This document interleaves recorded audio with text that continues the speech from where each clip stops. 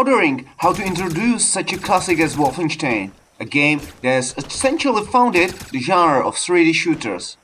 I wouldn't want to start betting that it wasn't actually the first of its kind, nor that it wasn't truly 3D, but I think we can all agree that it was a cult phenomenon, perhaps one that helped make first-person shooter games what they are today.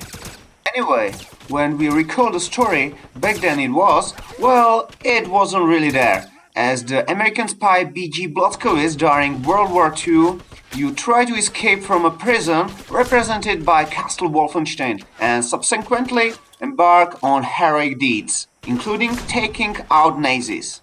Along the way, you mow down everything living and non-living, only to face some big tall guys at the end of each episode, and in one episode even Hitler himself with his ruthless machine guns. In the game, you search for keys and secret rooms, elements that influence games for at least the next 15 years. The game was developed by true giants, without a doubt, such as John and Adrian Carmack and John Romero. Almost 10 years later, its successor returned to Castle Wolfenstein, although developed by Grey Matter Studios and not ID Software themselves, still achieved a massive success. Once again, as Blazkowicz, you must escape from Castle Wolfenstein, but this time, thanks to the Nazis' paranormal research, you are in for some real hell. While the original game did feature a few zombies, now they are truly terrifying. Additionally, the game was quite challenging, especially the final boss, whom I only managed to defeat with a hack. I lured him to a cave, then ran past him, and when the rocks collapsed behind me to stop me from crowdly hiding in the cave, they fell directly on him, stylishly ending the game. And it took almost another 10 years to see yet another sequel, which essentially follows in the spirit of the previous games. Once again, you take on the role of the highly acclaimed hero, Agent Blazkowicz, and set off to investigate what kind of nonsense the Nazis are doing in their secret hideouts. As for the story, unfortunately, you won't find anything particularly new or groundbreaking. Once again, you will face brutal Nazi forces and their horrifying experimental monsters, and there will be plenty of them this time. To be honest, at the very beginning of the game, I was disappointed. I get that Agent Blazkowicz is a hero, but the introductory sequence, which made him seem less like a living being and more like Neo from the Matrix, boosted by a hefty dose of American patriotism, made me almost spit in disdain at how unlikable I found myself. When I mentioned a comparison with Medal of Honor in the previous review, I was referring primarily to the graphics. When I launched Medal of Honor, I was absolutely captivated by the visuals and was even surprised at how close they were to modern games. Wolfenstein is on a completely different level. Not that it looks outright ugly, but the ID Tech 4 engine, which first appeared in Doom 3 back in 2004, was already significantly outdated by 5 years. While we complained that the Doom took place mostly in the dark, preventing us from fully enjoying its graphical beauty, by this time Wolfenstein is no longer any kind of visual feast. However, every coin has two sides. While you won't experience any graphical indulgence, on the other hand, the game is perfectly optimized. You won't find yourself getting stunned everywhere, except in places where you simply need to think a bit more about how to proceed, as the game isn't always entirely straightforward. But when I recall Medal of Honor, which suffered from such severe bugs toward the end that I could easily overlook its beautiful graphics, I have to give more positive points to Wolfenstein. So where will we go? The game contains a total of 10 missions along with several optional side objectives such as rescuing allies, finding secret documents or destroying radar towers. All missions, except for the final one, are preceded by the city of Eisenstadt, where you will move around freely. In this city, you will find plenty of allies who help you or assign you tasks, as well as location known as the Black Market. Here, you can spend money to buy or upgrade weapons and abilities. But more on that later. The problem is that while walking through the city for the first or second time is certainly an interesting diversion, having to cross it for the sixth or seventh time, stopping by your allies so they can tell you where to go next and repeatedly mowing down the same enemies that respawn in the same places, starts to get a bit tiresome. But don't worry, outside the city, you will visit plenty of interesting locations. You will explore archaeological digs, defend a church, visit a beautiful farm, only to then investigate an underground factory and later make your way to a hospital where, yes, you guess it, horrifying experiments on civilians and soldiers took place. You will also head into the sewers, which will lead you to mysterious laboratories where the Nazis are trying to uncover the secrets of the talisman. And after that, well, Wolfenstein is a castle, so of course, it's not skipped this time either. While this mission doesn't offer anything particularly new, it will still please every fan of the series.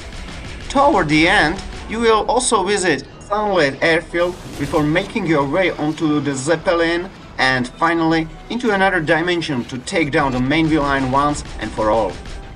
At first, you encounter fairly harmless Nazi soldiers, but soon you will run into wizards who, for example, create shields in the front of soldiers, forcing you to take out the wizards first. Things get significantly tougher in the third mission, when you will face a mini-boss resembling the Tesla Trooper from the Command & Conquer's Red Alert series. This enemy comes equipped with incredibly armor and a powerful particle cannon. If you don't have an abundance of ammunition on hand, you would better run. Later, in the dark corners of the Nazi underground factory, you will encounter mutants that look almost like something out of Resident Evil. I must admit, even though it was more about quantity than sneaky scares from behind, I was still scared. And when you reach the end of the mission, where you have to mow down these mutants from a train speeding toward the surface, Resident Evil definitely comes to mind. As if there weren't enough, invisible soldiers join us in the hospital, reminding me of fear. Then there are flamethrowers wielding enemies, flying soldiers with machine guns and some zombie-like creatures that will try to fry you in various ways. What truly spices up the game, however, are undoubtedly the bosses. The battle with them aren't easy. You need to approach them strategically. Sometimes you have to use the monster strength to destroy something like pillars, while other times you need to notice that the monster is recharging in a special device which you must destroy, but only when the device is active. For example, the second boss gave me a hard time for a while. Each boss is unique. Sometimes you will need to figure out how to take them down, while other times it's all about being quick and precise. The final boss is truly a threat. You have to defeat him 4 times to finally get rid of him. Toward the end of the game, the difficulty ramps up further. You will frequently encounter bosses or be swarmed by hordes of enemies in serious Sam style. Thankfully, despite all this, the game remains fine and I don't recall ever feeling frustrated enough to want to break something out of not knowing what to do. And how long is the game actually? I would say it's just the right, around 10 or 12 hours of gameplay, with the bosses and a few minor roadblocks being the most challenging parts. But as I said, nothing too terrible. The game is quite forgiving. If you die, you will return to the last checkpoint and your talisman's energy is replenished. This often comes in very handy, as you will frequently die because you run out of the energy. Yes, you really do feel like a superhero because at the beginning of the game you discover this talisman and you won't want to let go out of it for the rest of the game. It grants you 4 special abilities. Acceleration allows you to move faster and it consumes energy very slowly. Additionally, when activated, it makes it much easier to see enemies. In the end, you will use this ability almost constantly. Then there are the stronger abilities. The opposite of acceleration is time slowing, which lets you take down overwhelming enemy forces without needing a single ally. A strange enhancements ability allows you to almost instantly eliminate even the tallest enemies, making it especially useful against Tesla soldiers. The final ability is essentially invincibility. While you would probably want this active all the time, unfortunately it drains energy incredibly quickly, so it's best saved for the most difficult moments. The medallion gives the game a fresh dynamics, and you will need to use these abilities to solve certain tasks, like Tomb Raider style dodging bullets and traps. Fortunately, the game will tell you when these abilities are required. True, sometimes you have to approach tasks smartly, and if you don't like thinking, you may run into trouble. The game constantly points you in the right direction within a row. But what do you do, for example, when you encounter a shield wall and behind it is a device preventing you from using your superpowers? At first, I stared for a while, trying to find another way around. When no alternative road appeared, I realized I had to use the strange ability to shoot through the shield, hit a barrel, and blow up the device. But the wall kept flickering, so I had to use the time-slowing ability and pass through the wall at just the right moment. Of course, it's nothing groundbreaking that requires an IQ of 150, but it does hold you up for a bit. The weapons are also excellent. A pistol, rifle or warrior submachine guns probably won't impress anyone, but a flamethrower is a rare sight and a rocket launcher comes in handy, especially against the tank near the end of the game. The real spice, however, comes from the experimental weapons.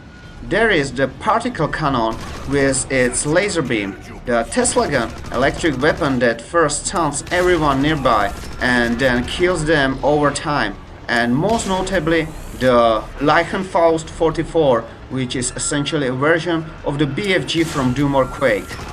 But that's not all. While the weapons are great, upgrading them is almost a necessity. For instance, you can improve the magazine size so you don't have to reload as often. You can enhance the mechanism itself, making the weapon more powerful. You can add a scope to your rifle or a suppressor to your submachine gun. You can even upgrade your abilities. There is truly a lot to improve, and unfortunately, you will never have enough money or intelligence for everything. Money and intelligence? Where do I get those? Sometimes you will find them along the way, but more often in warriors' hidden spots. Yes, the good old days of searching for secrets have returned. To be strong enough, you need to upgrade your weapons and abilities, and to do that, you have to explore your surroundings instead of just rushing to the next objective. On the one hand, it's nice to take in the beautifully crafted locations. On the other hand, well, you know how much fun that used to be. And even now, it's not that much more entertaining, especially when it comes to the Tome of Power. This is a crucial item for upgrading your abilities, and it's usually well hidden. Not only you need to search carefully, but you also have to use your talisman's ability to obtain it. We could also mention the multiplayer, but it was somewhat neglected, and the game is definitely more focused on single player. As for the music, I didn't pay much attention to it, but perhaps the temple choir stuck in my mind because it was fine. So what are the pros? Well, the first, entertaining amulet with superpowers, interesting weapons, enemies and bosses, and the game is bug-free. And what are the cons? There is almost no storyline, graphics are old compared to Medal of Honor, and you will visit Inselstadt over and over again. And that's all about the modernized Wolfenstein. And what's next? Honestly, I'm not sure, but in the upcoming reviews, we will take a look at some older classics like Dem Hospital or Diablo 2, as well as newer titles such as the lesser-known Boiling Point, the ultra-challenging Sekiro, or the simulator Emergency Call 112. So stay tuned, take care, and see you next time!